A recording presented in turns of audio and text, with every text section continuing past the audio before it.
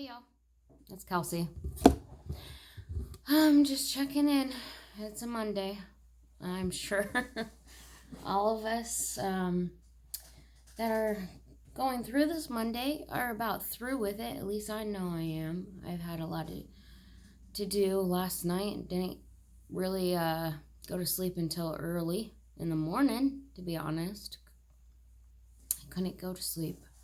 We just have a lot of things rushing through my mind and think about and to do and just plan. How's everybody doing today? I had some people reach out to me today, or yesterday, or in the last few days, I should say, that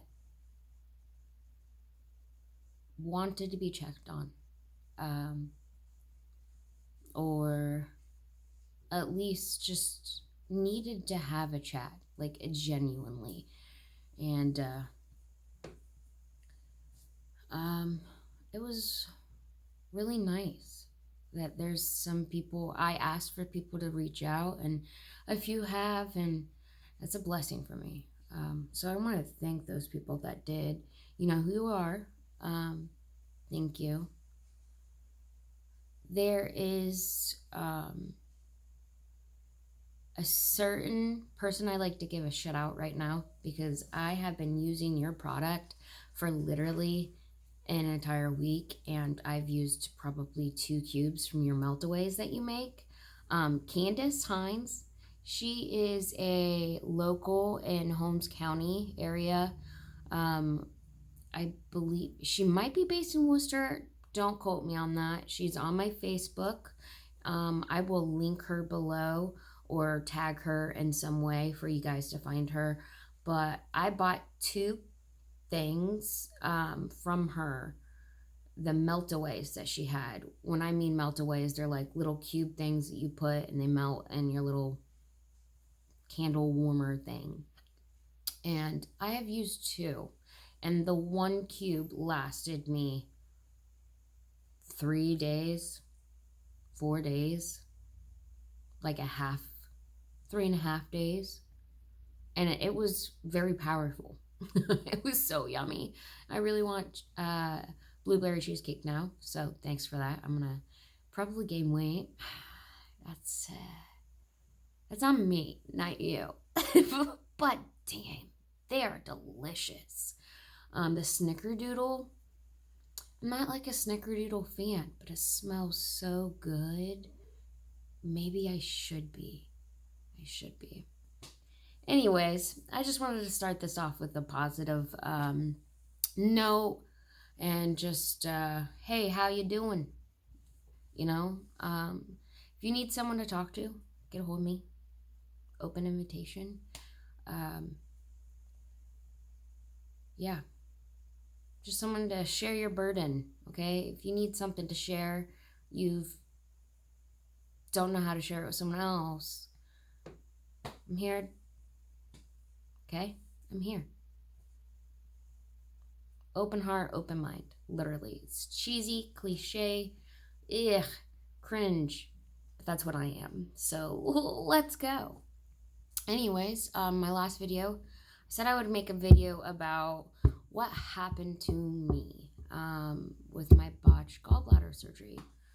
So we're just gonna go straight in, because it's gonna take a while. I feel maybe it's gonna be a longer video. I'm gonna try to cut it down. So let's start off what happened previous to that surgery.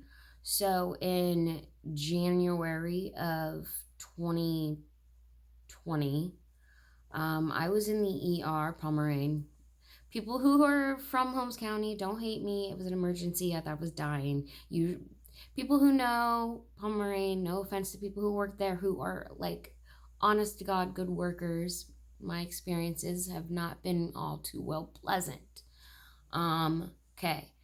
So 2 visits in January. First one, literally the lady, she was not the ER doctor. that's supposed to be working there. She was not an ER doctor. She was like the lead of the ER, but they needed help. So props to her for like coming in and working. But like she kind of wrote me off as like someone who was a drug addict or something like that. Like I was just there to get pain medicine. And I'm like, no, I want you to take scans. I feel like I am dying. And what do they do? The first thing that Pomerane always does is give someone pain medicine. So they did that, but I was like, no, I don't even want that. Can you just give me something for me vomiting? I need to stop vomiting. TMI. That's what this is gonna be raw and unedited. Anyways, we're gonna continue. Because I would not stop vomiting. I lost a lot of weight within that month, like 20 pounds, that quick, because I was vomiting so much. Anyways, let's get back to it. So I asked them to just do that. They were flat break asses. Like, really? Do I look like... No, girl, I'm thick, okay? Not everybody is a drug addict in Holmes County, okay? It's rare, I know, but I'm not, clearly. Like, seriously, okay? Anyways, sent me home. Guess what? With pills, with pain medication that I, in turn, did take too, because I was in so much pain. Guess what? It made my stomach pain worse. Way worse. Way worse. Started vomiting more. So second time round. New lady there at Pomerane, it was the ER doctor. She was really cool though. She did like a scan and she's like, you know what, I think that's happening. And I never thought about it. She's like, maybe we need to get you to get a colonoscopy because you are giving off Crohn's disease or diverticulitis. Like this could be intense pain like you are having and inflammation happening that you're having. I'm like, you know what? You're right. And so we set that up. Okay. And so I was given a number and she also put in a referral to her gastrointestinal department in Pomerane. Okay. It's a specialist. I was like, oh, cool. Yeah. Like, this is awesome. I know exactly who to go to because my mom goes to the same guy and so does everybody else. Dr. Miller. Is it Dr. Miller? Leon. Yeah. Dr. Leon Miller. And he is a gem. Let me tell you. I love him. So props to Pomerane with actually a really awesome doctor as well. Except for the one that I will continue to go upon. People have had good experiences with this doctor, mind you. Yeah, that's cool. Thank God you are okay. Thank God. Okay?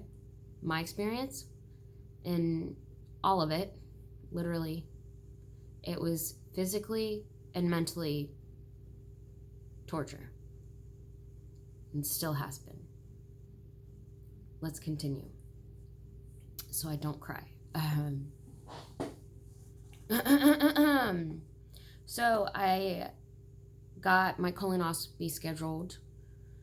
Well, I called in to get it scheduled, and I was looking forward to get Dr. Leon to do it. Obviously, I know it's disgusting to talk about. We have to do stuff like this. And he was on vacation for a while. And then, no, doctor's appointment that day and I was like, it's just a colonoscopy. It's not actually surgery. So I was like, okay, for this time, I'm like, that's fine. Whoever you got, okay. It's just a colonoscopy, real quick. No problem. And so that's when I met Dr. Michael Shell. And like, I go in and everything seemed okay. Like, he was like chill, like really cool guy at first. Get the colonoscopy, everything comes back perfect. And I say perfect because I just now learned it wasn't. Further, obviously, other than the messed up surgery. Anyways, I digress. Let's go on. So he said everything was fine, but he feels like maybe there's something else happening with my gallbladder. because sometimes the inflammation and the pain under my right breast and my right shoulder sounds like a gallbladder attack. Okay. I'm like, okay, yeah, I've researched that. That's what I thought, maybe a gallstone, whatever. And so he's like, okay, so let's do a HIDA scan. Okay, don't know what that is. Me thinking this is a surgeon, he obviously knows what he's doing. Like, respect, that's what I give them, you know. I'm like, he got here for a reason, right? So I was like, okay, let's do the HIDA scan. We ended up doing the HIDA scan. I did like this drinking of this stuff that was super sweet, thick, like strawberry stuff, and it was chalky, and like it tasted kind of like a melted strawberry shake, but I could not handle it. I started vomiting up, and it's supposed to help with the scans, with the HIDA scan, and I had to like sit there for hours, like 2 hours, and then a break, and then a 4 hour and a break, and then I think like a 6 hour and a break. I might be wrong with that, but I'm pretty sure I'm not. It was a long process. Anyways, came back, and he told me that my gallbladder was overproducing and overreactive. I was like, holy moly, what does that mean? He's like, well, that means if you ever want to eat meat again and cheese, we need to take your gallbladder out. And I was like stunned. Because I am now taking an organ out of my body. Like, what? I'm like, I didn't know this was that serious. I'm like, my colon's perfect. Other than just a few flare-ups here and there, like the inflammation and the pain, every once in a while. Not as bad as it is now. It's worse now. So I was in a general healthy state, healthy weight, like seriously. It just shocked me. And then I was like, okay, I guess I'll schedule the surgery. I was like, again, in my mind, surgeon, he got here for a reason. He knows, okay? And I'm naive with that first surgery, first type of thing like this for me, okay? So I call in to the office, the gastro department, to schedule, and I wanted Dr. Leon Miller to do it. And guess what? I was so bad, he said that it was like I needed it now. Surgery type of thing. Not emergency where it happened then and there, but within like, I think 2 weeks. I think even a week. I was scheduled for that surgery. If that tells you anything. And I call in and I was like, yeah, I would like to schedule, even though I saw him, he cannot, they're obviously like in the same department, they can share notes, whatever, and look at scans. It's that easy, okay? I want Dr. Leon Miller to do my surgery. Guess what? He was on vacation. He can take vacation and it's completely acceptable, but dang it, my life would be different. And I say that with a smile on my face and trying to be funny, but I'm not kidding. I'm not kidding.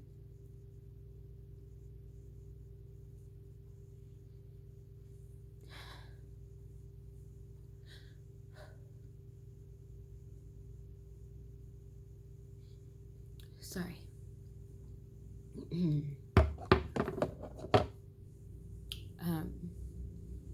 So I scheduled with him, not knowing anything, obviously, that would happen. So I go into surgery, get out. I'm obviously still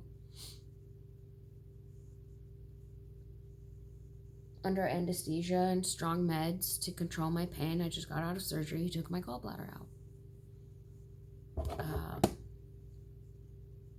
after everything kind of wore off, I instantly felt an immense pain under my right side. Again, but this was more drastic. I mean, ow. Breathing hurt.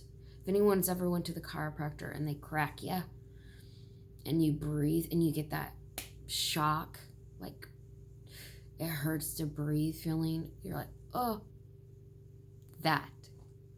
But the entire time, okay? And vomiting profusely. I literally can't take anything down my throat. Can't take pain meds, can't take fluids, can't take food. I lost more weight, became dehydrated. They had to start another IV. I was in the hospital 2 days past my surgery point. I'm pretty sure I'm recollecting that right, but I was out of it, seriously. But,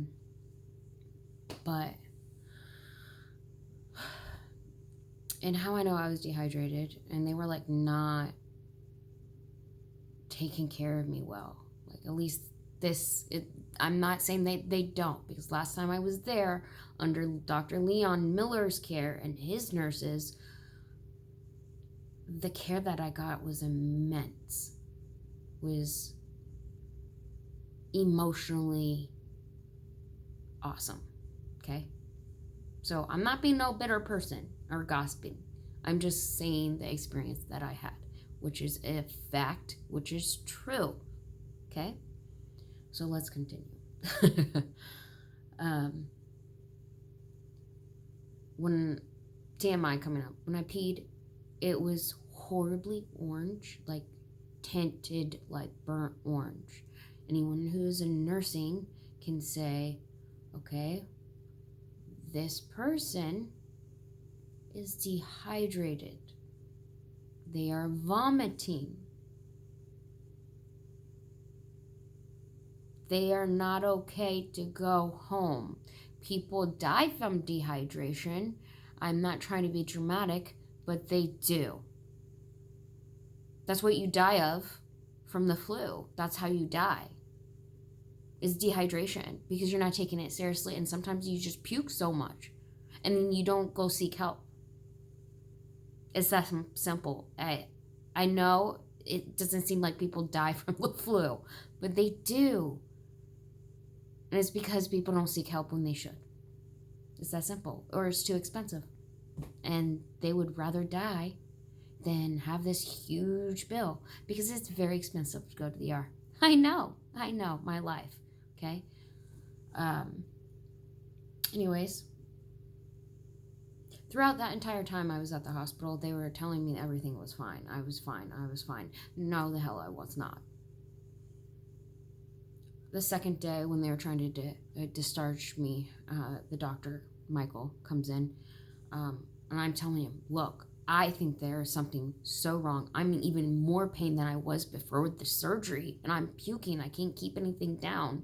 You guys are now trying to take they did, actually. They took my IV out and then tried to push pills down my throat when I'm actively still vomiting. Does that make sense to you? To actively try to force someone pills when I am still vomiting. It doesn't make sense to me. Put me on clear liquid diet, or just literally nothing at all.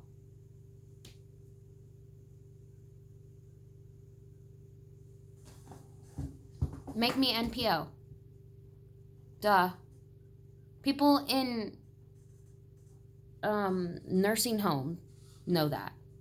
Like, get your shit together. No offense. Sorry about the cussing. But for real. Anyways, continue on.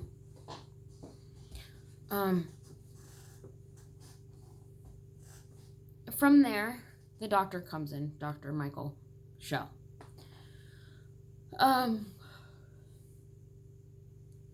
I tell him, I need an endoscope.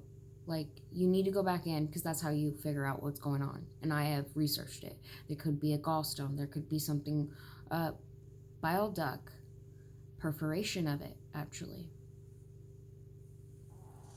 And he's like, no. This is normal. This is normal. My liver enzymes were skyrocketing. They did not once come down. Not once. I learned that your liver enzymes should be around 90. Mine have always been 200 more now.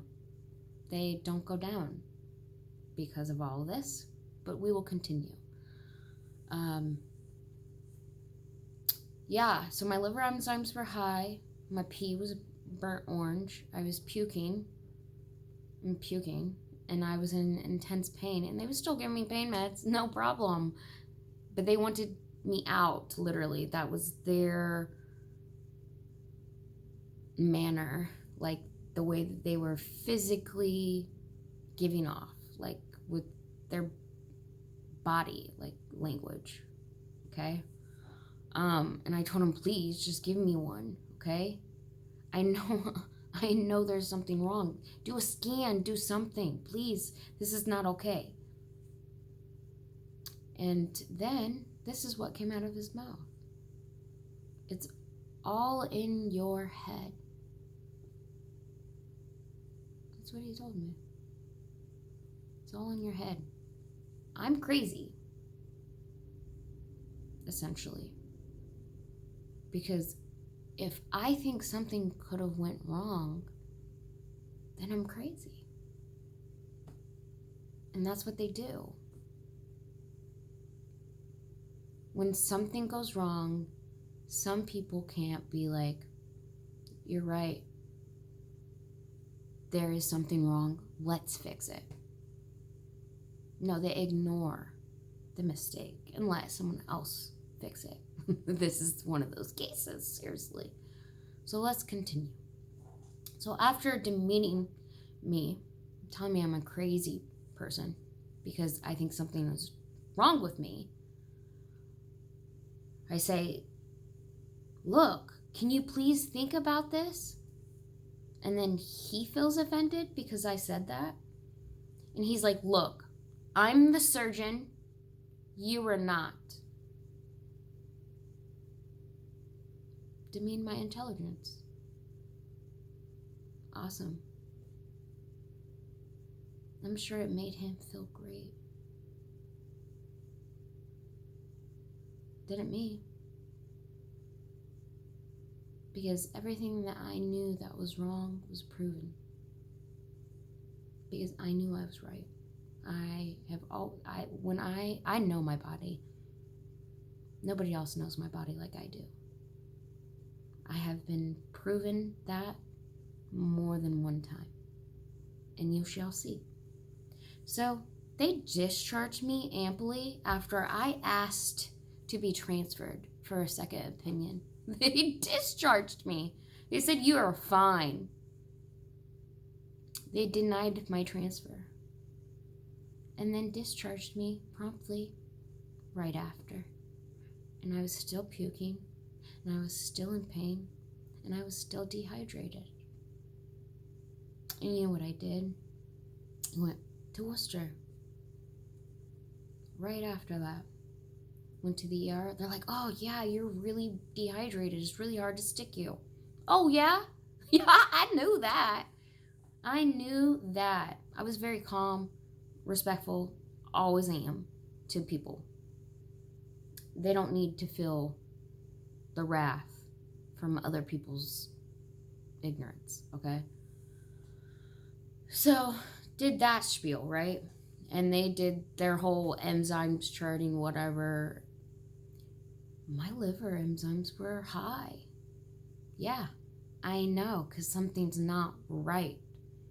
You know what that doctor in Worcester does? The most annoying thing that I've seen other doctors do. Like, instead of running tests themselves, they call the other doctor who did the surgery, which, yes, you should do this. But, it bothers me. Because this is bad. They call that doctor after I have told them that everything that doctor has said to me, and I know that there's something wrong. They call that doctor and tell him what's going on. And Dr. Michael Schell, you know what he said? She's fine. This happens all the time. And so that doctor, you know what he did? Ripped me off because of that doctor. Because he was another doctor. He's going to trust his judgment. So in turn, this doctor let me slip through his fingers. And I could have died. Because of the mutual respect other doctors, they don't question sometimes. You should always question. Always. That was my biggest mistake. Always question. I don't care if you feel like you're being annoying. Question everything. Everything.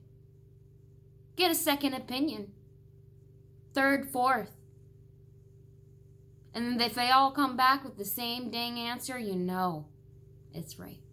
I should have done that. Should have done it. Can't say coulda, shoulda, woulda, because it's over and done with. Okay? Okay, so let's move on. Anyways, get discharged there. Okay? I'm like, okay, it's in my brain now at this point because I'm going to believe these words. You know? I'm going to believe these words because they're drilling it into me now. That maybe it really is in my mind. Maybe I'm just being a baby. So I go home.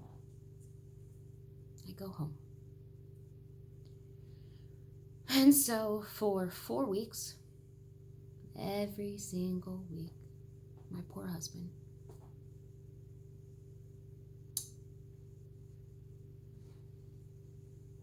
I would not be able to make it half the week. And he would have to take me to the ER. My stomach was huge, like I was 7 months pregnant. I was literally sweating. It looked like I had a heart attack because when you have a heart attack, you sweat profuse. You literally soak your clothes. That was me. I felt like I was having a heart attack. That's when I have my attacks, and they feel like heart attacks, but I've been told it's not a heart attack, but it feels like one. At this point, they don't know what it is. We're still getting there.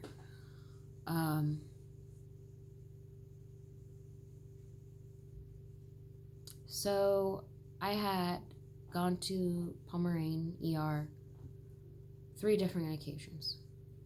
Each doctor, for twice of those occasions, ripped me off.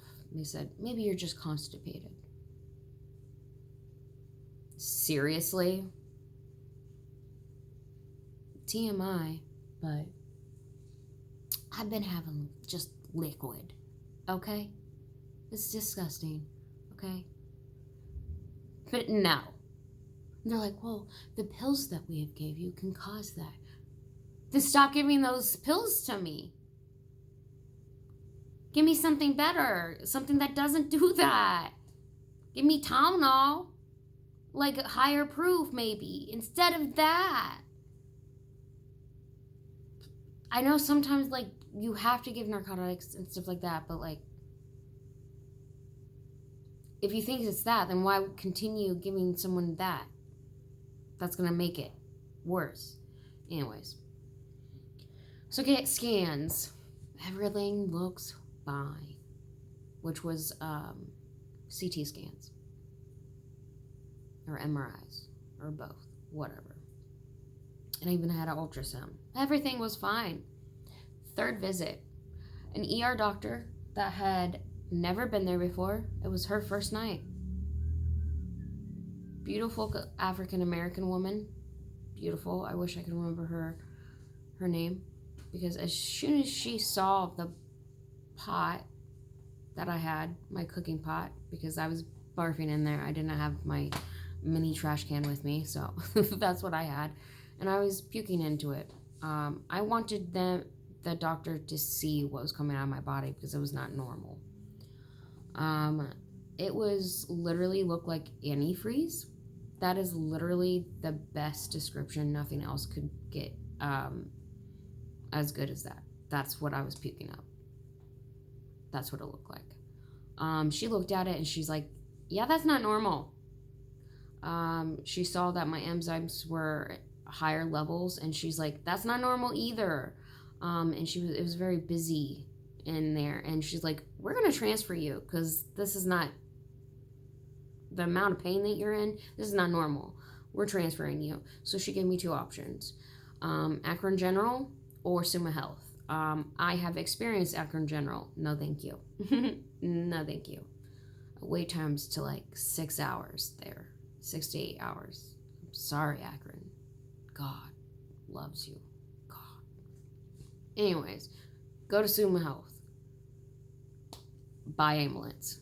She thinks it's really that serious. But let me tell you, on that third, before I end up at the hospital, because it's traumatizing. After the second visit of the ER, I was like, okay, it's clearly me. I'm being a baby. Get it together, Kelsey. So I tried. Like, muster it, go through the pain. Don't let anyone know that you're in so much pain that it's literally making the vomiting even more worse because the pain's so bad it's making me even more nauseous. Don't let them know. Just take the pain pill. Just take the pain pill. Take the nausea pill. Sleep through it. Keep going. Keep going. I tried. That night, my sister-in-law left my house after, because she thought I was completely healing after, and I was going up. I took one of my pain pills, and it didn't go down properly. It hurt really bad. It hurt so bad. I puked. I was like, this is normal. I went go sit in my recliner because that's where I can only like sit up and not have like acid reflux do at the same time on top of all of this. Sorry, I'm gonna check the time. Okay. I had to go pick my son up from school down the street. It's a nice enough day. I might walk, but I might not. Anyways. Yeah, so I did that. I went to bed like 1 o'clock in the morning, maybe 3. I woke up convulsing.